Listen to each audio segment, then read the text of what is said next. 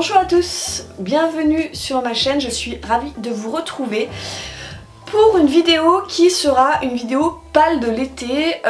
Vous avez été nombreux à me demander si j'allais faire une pâle de l'été. J'avais pas vraiment prévu parce qu'en fait moi je fais des pâles mois par mois. Donc j'ai fait ma pâle de juillet et en fait j'ai anticipé, j'ai fait aussi déjà ma pâle du mois d'août. Et je me suis dit bah ça peut être sympa de vous montrer tout ce que j'espère lire cet été, donc le mois de juillet, le mois d'août, qui est le mois de juillet qui est bien entamé parce que je vous tourne cette vidéo, on est déjà le 5 juillet, bref. Donc je vais vous montrer cette pâle qui... Alors tous les bouquins que je vous montre, vraiment je veux les lire. Je pense que certains livres vont peut-être se rajouter, donc je pourrais pas vous les montrer parce que c'est des livres que j'attends en service presse qui ne sont pas encore arrivés ou qui arriveront un peu plus tard, qui se rajouteront, voilà, dans vous allez voir dans cette liste énorme. Mon objectif, c'est quand même, dans cet été, de liquider tous mes services presse. Alors, j'en ai pas énormément, je crois que j'en ai une dizaine de services presse dans ma palle. Je les ai équilibrés sur juillet et août pour arriver au mois de septembre et ne plus avoir rien en tant que SP, ce qui est normal, hein. On reçoit des services presse, la moindre des choses c'est de les lire quand même dans les temps impartis et de repartir du coup à zéro pour la rentrée littéraire. Je vous présente du coup déjà la pâle du mois de juillet. Comme d'habitude, si certains livres vous êtes intéressés pour les lire en lecture commune, j'en organise beaucoup, n'hésitez pas à venir sur Instagram. Alors certains n'ont pas Instagram, j'en ai bien conscience, mais c'est vrai que c'est un média qui est vraiment très facile pour s'inscrire et puis surtout pour faire une lecture commune parce que c'est vraiment sympa.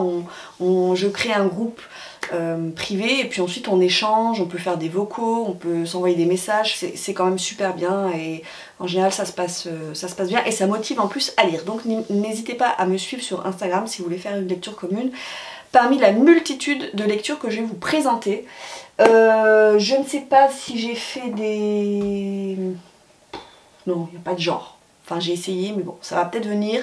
À chaque fois je vais vous dire si c'est un service presse, une lecture perso, etc. Dans quel cadre je le lis parce que je me fais des petits challenges perso. J'ai hâte de blablater parce que ça va durer 30 ans sinon et je commence tout de suite. Donc je commence avec les services presse du mois de juillet, ceux que je veux absolument lire, avec de la science-fiction. La machine à aimer de Lou Jan, c'est aux éditions Critiques, qui est un tout petit roman. Dorian a eu un coup de cœur pour ce roman qui parle d'IA, d'intelligence artificielle qui sont au service des hommes et une intelligence artificielle qui va essayer de se rebeller et surtout de sortir de l'emprise des hommes. Je pense que celui-ci va se lire déjà très vite et qu'il va être passionnant parce que je fais confiance à Dorian. Ensuite, toujours aux éditions Critiques, je vais lire Antarcticas de Étienne Kunge. J'adore, cette couverture est magnifique. Nous sommes aussi dans de la science-fiction. On est en 2050 avec le changement climatique qui fait des ravages et on va suivre un personnage qui aurait trouvé une solution justement pour mettre fin à cette catastrophe écologique. Toujours science-fiction, je voudrais lire Les profondeurs de Vénus de Derek Kunsken, c'est aux éditions Albin Michel Imaginaire. Alors c'est la grosse pavasse, hein. Alors celui-ci il a l'air également génial. On est sur Vénus, on a réussi en fait à envoyer des colonies sur Vénus, donc Vénus est colonisée et on va suivre une famille d'origine canadienne qui fait une découverte incroyable dans les profondeurs de Vénus et cette découverte pourrait remettre en cause le sort de l'humanité. Alors là on est plutôt dans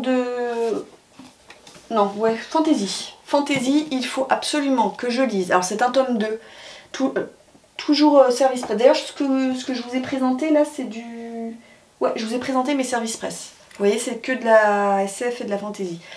Toujours service presse, donc La Voix de l'Ascendance, le tome 2, qui s'intitule Le Seuil de la Maison des Morts de Yann C. Eslemans, c'est aux éditions Léa. L'an dernier, si vous me suivez, j'avais lu le premier tome avec notamment David. On s'était régalé, c'était super bien. C'est en fait des livres qui sont écrits dans le même univers que le livre des martyrs. Et on avait beaucoup aimé, et là le tome 2 est sorti, qui est pas très gros. Je trouve qu'il est pas très gros et surtout il est très aéré. Faudrait peut-être juste que je me remette en tête le tome 1.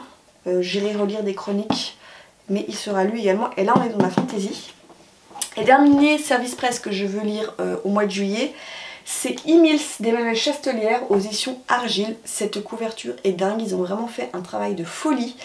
Et là ça a l'air passionnant. Alors je ne sais pas s'il y a de la fantaisie dans ce roman, mais on est en 218 avant Jésus-Christ. On est à Carthage, Hannibal veut envahir, veut marcher sur Rome avec ses éléphants, et nous on va être du côté d'E-Mills qui est sa femme, je crois, en tout cas une princesse, qui elle va se poser des questions. Voilà, ça me fait penser à ce que peut écrire l'auteur que j'ai lu il n'y a pas très longtemps avec les Chevaliers de la Table Ronde, etc. Je n'ai plus le nom. Bref, ça me fait penser à ça, de la fantaisie très très historique, et je pense que ça va être top. Il faut que je trouve, voilà, ça y est, je l'ai là. Ça me fait penser à ce qu'écrit Jean-Laurent Del Socorro. Je pense que ça va être un peu sur le même style. Ça c'était tous les services presse du mois de juillet. Je passe aux lectures, notamment lectures communes que j'organise au mois de juillet. Alors je vais commencer peut-être avec... ouais, je vais commencer comme ça, ce sera peut-être plus simple. La grosse lecture que j'organise, alors la grosse parce que vous allez comprendre pourquoi. On l'a fait sur le mois de juillet, nous sommes à 3 à la faire. C'est ce truc là, voilà.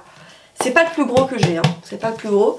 C'est L'échiquier du mal de Dan Simmons, c'est aux éditions Pocket. Armance et Céline l'avaient lu l'an dernier, donc il est très gros. Et pour le coup, je le lis avec Zoé et je le lis avec Jérôme. Et on est sur du 1200, presque 1190 pages. Bref. Il y a 3 parties, je pense qu'on va se découper et qu'on va se lire sur tout le mois de juillet parce que sincèrement je peux la grosse brique à le lire sur une semaine, ça va être très compliqué. Donc celui-ci sera découpé. Et si j'empiète sur le mois d'août, ce sera pas très grave. Échiquier du mal, donc c'est chez Pocket. En science-fiction, j'ai envie, il me brûle les doigts celui-là. Pyramide de Romain Benassaya aux éditions Pocket. J'ai tellement envie de lire ce bouquin de science-fiction pour lequel je n'ai que des bons retours. On est en 2182 avec des colons qui embarquent sur un vaisseau pour fuir la Terre qui est devenue stérile. Sauf qu'il va y avoir un souci, leur vaisseau tombe en panne et ils se réveillent à un moment où ils n'auraient pas dû. Je ne veux pas en savoir plus, j'ai tellement envie de me lancer dans cette lecture. Il va remonter sur le haut de la pile. Lecture science-fiction toujours. Ouais. Swan Song de Robert McCammon, c'est aux éditions Monsieur Toussaint l'ouverture, tome 1, Le feu et la glace. Donc je n'ai pas craqué pour le tome 2, j'ai d'abord acheté le premier tome, soyons raisonnables, avec ces magnifiques couvertures vintage, mais que j'adore, je trouve ça tellement beau ce qu'ils ont fait. Je le lis avec, alors on est 3 sur la lecture commune que l'on va commencer lundi 10 juillet. Voilà, donc on est dans du post-apo, j'en sais pas plus. Il y a eu une guerre nucléaire, tout a pété, on est aux États-Unis et je crois qu'on va être avec un truc du style des zombies quoi. Bon, on verra bien ce que ça donne. Et ensuite je passe à du polar, donc je suis en train de lire dans le cadre de cette palle L'enfant qui criait au loup de Gunnar Staalesen, c'est aux éditions Folio policier. Celui-ci je l'ai sorti parce qu'il fait partie, vous savez, de ma fameuse palle des reliques 2023. On est sur du polar norvégien, j'en suis à la moitié, j'espère bien le finir aujourd'hui. Je vais aussi lire en lecture commune avec Sandrine et Lucas, je crois qu'il va se mettre avec nous. Le 12e chapitre de Jérôme Loubry, c'est au livre de poche, un livre que j'ai fait dédicacer lorsqu'il est venu, Jérôme Loubry, au dernier salon du livre de Fuveau. Voilà, il est court, je pense que ça va se lire sans problème. Un livre que j'avais mis dans ma palle du mois de juin, que je n'ai pas, c'est le seul que j'ai pas eu le temps de lire.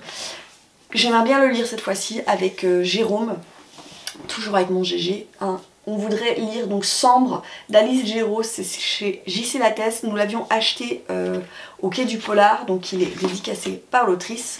C'est pas un polar, c'est tiré d'un... En fait elle nous raconte j'aime pas dire fait divers parce que elle nous raconte toute une histoire policière qui s'est réellement passée avec l'arrestation d'un violeur en série qui a été arrêté il n'y a pas très longtemps, il y a 3-4 ans, avec toutes les failles du système judiciaire, policier, et comment on est arrivé finalement à l'arrêter, ce sale type qui est en prison. Et le dernier que je veux lire pour ce mois de juillet, c'est America de Ludovic Manchette et Christian Niemek. C'est au Cherche Midi, il est dédicacé également parce que je l'avais également pris à Fuveau l'an dernier. Voilà, et là on l'attaque là ce week-end. Donc ça va être super sympa. Alors, connaissant les deux auteurs qui ont écrit Alabama 1963, ça va se lire super bien. Déjà, c'est hyper aéré, il y a beaucoup de dialogue et je suis sûre qu'il va être bouffé en un week-end celui-là. Donc là, je vous ai présenté les livres de ma palle de juillet et je vais passer cette fois-ci à ma palle du mois d'août. Donc on y va pour cette palle du mois d'août. Je commence par tout ce qui est service presse que j'ai prévu de lire et ensuite tout ce qui est palle perso. Alors je fais partie je fais partie du jury du trophée Folio L. Et donc nous avons reçu les 8 romans que nous devons lire. On a jusqu'au mois d'octobre, donc clairement on a largement le temps de lire ces 8 romans. Néanmoins je m'en suis sortie 3 de cette sélection de 8 que j'aimerais lire en priorité parce qu'ils me font vraiment très envie. On a d'abord Porca Miseria de Tonino Benacquista, donc c'est chez Folio. Tonino Benacquista c'est un auteur de polar et en fait ici il écrit un roman autobiographique où il raconte l'arrivée de ses parents italiens en France, leur intégration. Et je l'avais entendu à la radio il n'y a pas très longtemps et du coup quand j'ai vu qu'il était dans la sélection j'étais trop contente parce que ça a l'air passionnant. J'ai envie de lire également, c'est celui qui me fait le plus envie, hein. C'est aussi le plus gros, L'étoile brisée de Nadège Laneri Dagen, donc toujours chez Folio. Là on est dans l'Espagne du 15e siècle et on va suivre 2 frères qui sont juifs. On est au moment où les juifs se font massacrer, se font expulser. Il y en a un qui va devenir médecin en Allemagne et l'autre qui va devenir marin et cartographe aux côtés d'Amerigo Vespucci. Ça a l'air passionnant, c'est historique, il y a de l'aventure, tout ce que j'aime, donc ça risque d'être vraiment une lecture topissime. Et celui que je vais lire avec Sandrine, je me suis déjà noté dans mon petit planning, c'est Sauvagine de Gabriel Filto Shiba, avec cette magnifique couverture de neige. On est avec Raphaël qui est garde forestière dans une forêt au Québec. Et en fait son chien disparaît, elle va mener l'enquête, elle va s'apercevoir qu'il y a des braconniers. Voilà, j'en sais pas plus, ça a l'air d'un thriller, grands espaces. Dans les services presse, je vais lire aussi normalement avec Céline, si elle est toujours ok, le dernier tome des Terres Closes de Robert Jackson Bennett. Donc c'est la saga des Maîtres Enlumineurs, c'est le 3e tome et dernier tome de la trilogie. Je sais pas si je vous ai dit que c'était chez Albin Michel Imaginaire. Sacré brique, hein. On verra. Il paraît que c'est quand même difficile de se remettre dans le... Parce que le tome 2, mine de rien, je l'ai eu l'an dernier. Donc bon, il y aura peut-être un petit temps d'adaptation parce que c'est de la fantaisie qui est un petit peu complexe. On verra bien. Toujours chez Service Presse, dans les services presse, il faut que je lise le tome 4 de Second Écumène qui s'intitule Vatican. On est dans la science-fiction. C'est de John Crossford et c'est aux éditions Critiques. Il reste ensuite un tome qui va paraître au mois de novembre, si mes souvenirs sont bons. Donc on est vaisseaux spatiaux, galaxies, un peu à la Star Wars. Je sais pas avec qui je le lirai. J'aimerais bien trouver quelqu'un pour le lire avec moi au mois d'août. Service presse également, que je devais pas lire avant la mi-août, puisqu'il sort le 18 août et on nous a demandé de ne pas publier notre chronique avant le 11. Donc il fait partie de la rentrée littéraire, d'ailleurs je me suis mis le post-it de la sortie. C'est Hôtel de la Folie de David Le Bailly. C'est aux éditions du Seuil, c'est un roman que j'ai reçu via une masse critique Babelio. Ça a l'air super bien. On est avec un enfant qui se souvient de sa grand-mère qui s'appelle Pia Nerina, une italienne qui est partie de rien et qui a bâti un empire immobilier. Et il va enquêter, il va se rendre compte qu'il y a eu beaucoup de mensonges dans la vie de sa grand-mère. Et le dernier service presse que je vous montre, qui n'en est pas vraiment un, mais je le mets quand même dans les services presse, C'est un des romans secrets de Brandon Sanderson, donc c'est Manuel de survie du sorcier frugal dans l'Angleterre médiévale. Donc de Brandon Sanderson, au livre de poche imaginaire. J'avais déjà lu Tresse de la Veremronde, si vous vous rappelez bien, qui était un de ses romans secrets. C'est son deuxième roman secret, et son troisième roman secret sort le 12 juillet. Et ça a l'air... Déjà, il y a des illustrations. Alors les illustrations sont de Steve Argyle, j'adore.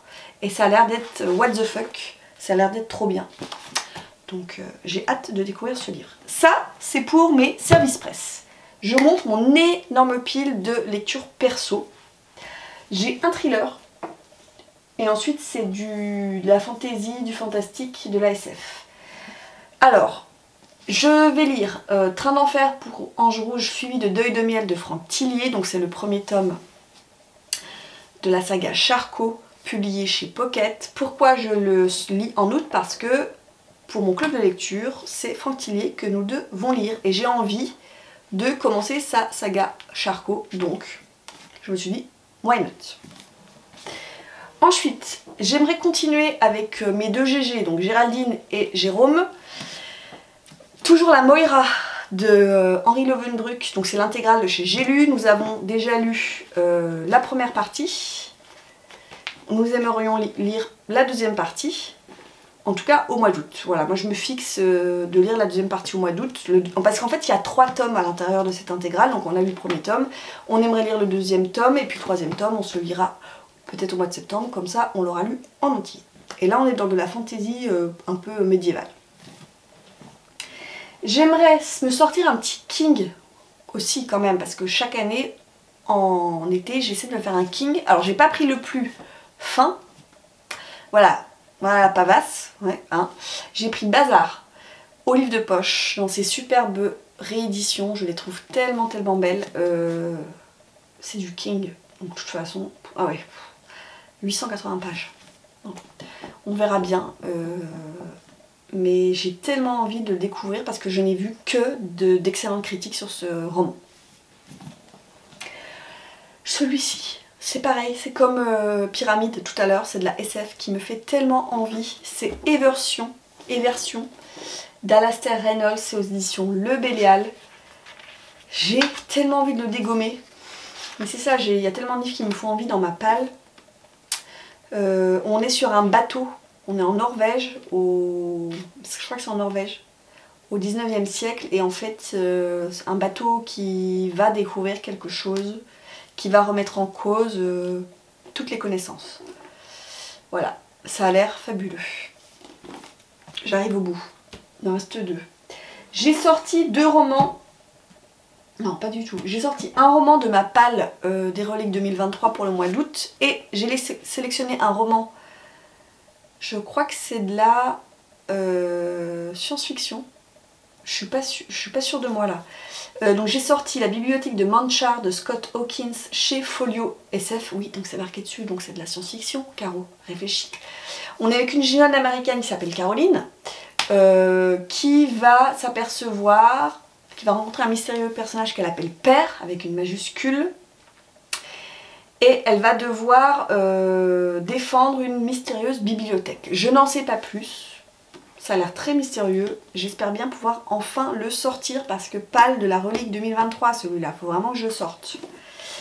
Et le dernier que j'aimerais sortir, mais je sais pas si je pourrais le lire. Il est énorme aussi.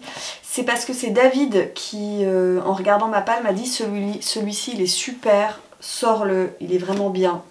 C'est Les Seigneurs de Bohème d'Estelle Faye, que je connais, Estelle Faye. Donc c'est chez Folio SF. Mais alors pour le coup, je crois que c'est de la fantaisie, c'est pas de la science-fiction. On est dans un roman médiéval, je n'en sais pas plus. Et David, c'est David Emezzo sur Instagram, m'a dit non mais celui-là, Caro, sors-le, il est vraiment top. En plus, il était dédicacé, n'est-ce pas? Et je savais même plus qu'il était dédicacé. Et il était publié chez Critique.